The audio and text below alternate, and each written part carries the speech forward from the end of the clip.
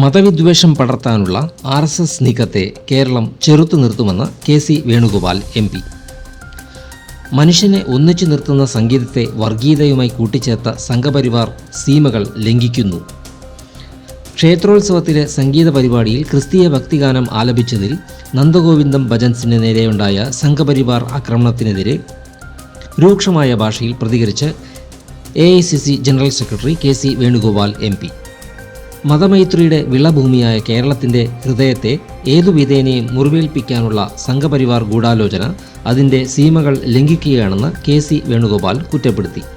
ക്ഷേത്രങ്ങളും പള്ളികളും ഒന്നിച്ച് ഓണവും വിഷുവും ഈസ്റ്ററും പെരുന്നാളും ആഘോഷിക്കുന്ന കേരളത്തിൻ്റെ തനത് സംസ്കാരത്തെ വെല്ലുവിളിക്കുന്ന BJP RSS സംഘം മതവിദ്വേഷം പടർത്തുന്ന നീക്കത്തെ ഏതു വിധേനയും ഈ നാട് ചെറുത്തു നിർത്തുമെന്നും KC വേണുഗോപാൽ പറഞ്ഞു.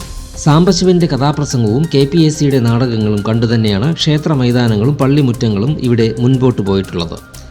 അതിനിയും തുടരുക തന്നെ ചെയ്യും.